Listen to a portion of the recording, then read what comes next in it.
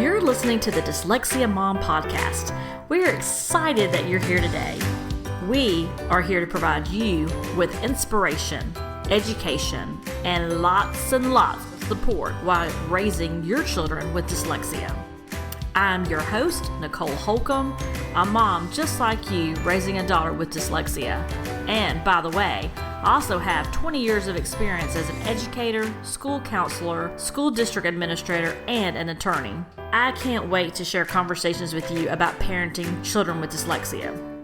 If you want to raise happy, healthy, and successful children while keeping your sanity and enjoying your best life along the way, then you're in the right place. This is the Dyslexia Mom Life Podcast. I want you to imagine it's a Thursday night and you're sitting with your child studying yet again those sight words. Your daughter has a test Friday at school, and by the time you finish studying with her, both of you are sitting on the floor in tears. It's been a week of frustration because every night is a struggle with homework. But this week is a little different. It's not an outward, I'm not doing this. It's your daughter acting funny. She's silly. Some nights she's just doing anything to avoid homework. And then there's some nights where she says, I'm just too tired, Mom, to do homework. And then you find the next day, that morning, your daughter complains, my head hurts, my stomach hurts. And you as a mom, you have some real concerns. It's just making no sense. She's so bright. She's so creative. She's learning math quickly. Her vocabulary is just way beyond her years.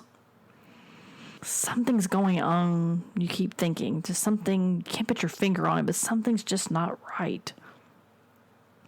You'd heard about this word dyslexia. Maybe you had friends in high school or college that were dyslexic, but you never really knew what it meant other than the reversal of letters is what you had thought. And then you think, well, I'll ask the teachers, I'll check in, and you're told it's just developmental.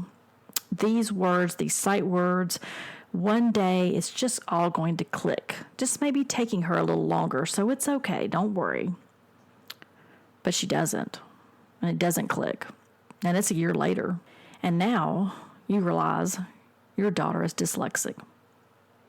In this episode, I will share with you what the meaning of the word dyslexia. What does it mean? Let's start there. That seems like the best place for us to start together. Let's talk about what does that mean. You'll find a lot of different definitions out there. The word actually has Greek origins. D-I, look, no, D-Y-S, dys, actually means impaired, difficult, or inadequate. And the Greek word lexis, L-E-X-I-S, means language of words, or words. So dyslexia is a neurological condition, and it causes a different structure and function in the brain. And I don't know if you know this, we did not. Dyslexia is actually genetic. So there is someone in your family that is also dyslexic. And we didn't know who that was. As we learned more about dyslexia, we started learning about the things that made sense to us. But at the beginning, we did not know. So it wasn't on our radar to be watching for that. Some people believe dyslexia is a disease. It is not, but there's no cure for dyslexia. So the best thing we can do is provide some strategies to help our students, our children, learn to read and write and spell. And for some students, it even involves math. Also know, though, that the research indicates that dyslexia has no relationship to intelligence. And I'm sure for you, you can agree with that because many of us see our children doing amazing things, although they're struggling to read or maybe to do math as well. And if you look at the research, we'll talk about that later, but in another episode, but if you look at all of the people who are known dyslexics, some of the most successful people have been identified as dyslexic, like Walt Disney, for example. As I was doing research, though, I found the Yale Center for Dyslexia and Creativity is one that I went to. I loved their concise and easy to understand definition of dyslexia. So I'm going to read it to you real quickly. They define dyslexia as an unexpected difficulty in learning to read. How simple is that, right? An unexpected difficulty in learning to read.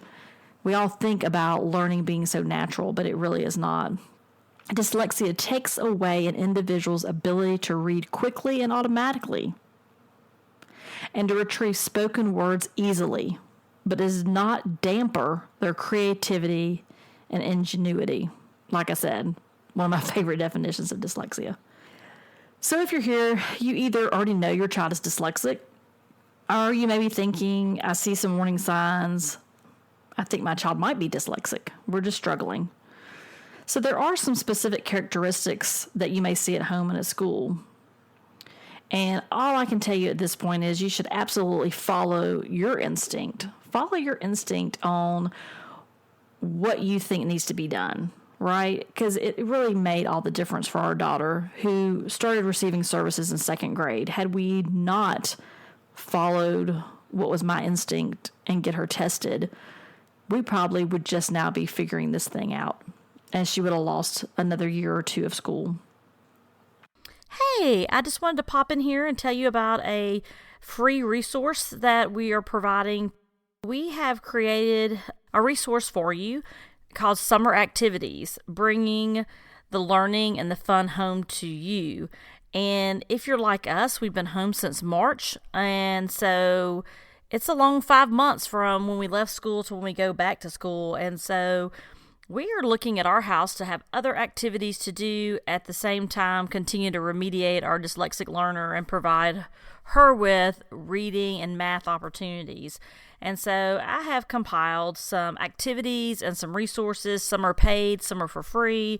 Some of them are virtual summer camps, but I think that you'll find something in there for you and your family, and I think you'll really enjoy it.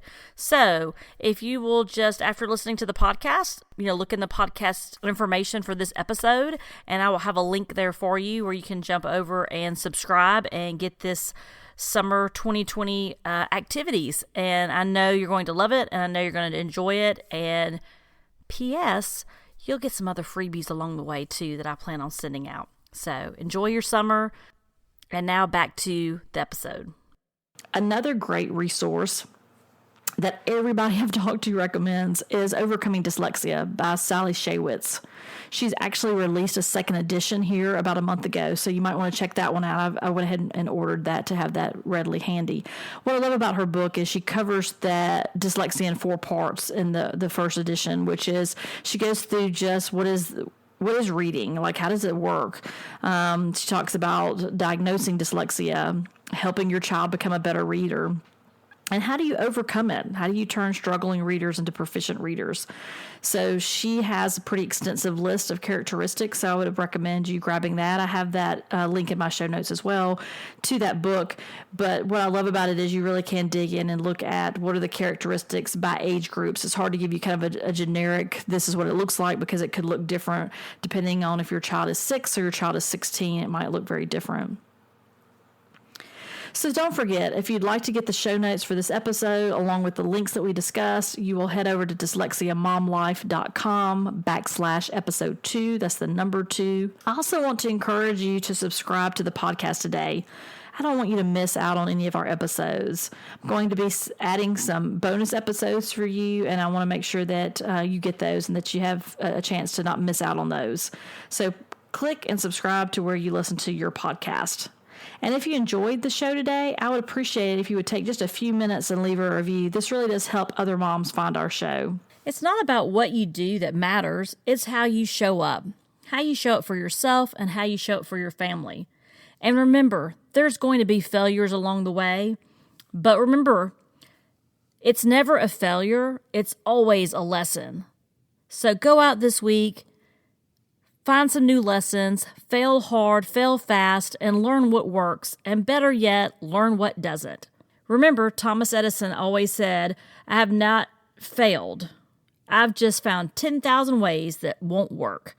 So let's go find what works for us, and let's have a great week.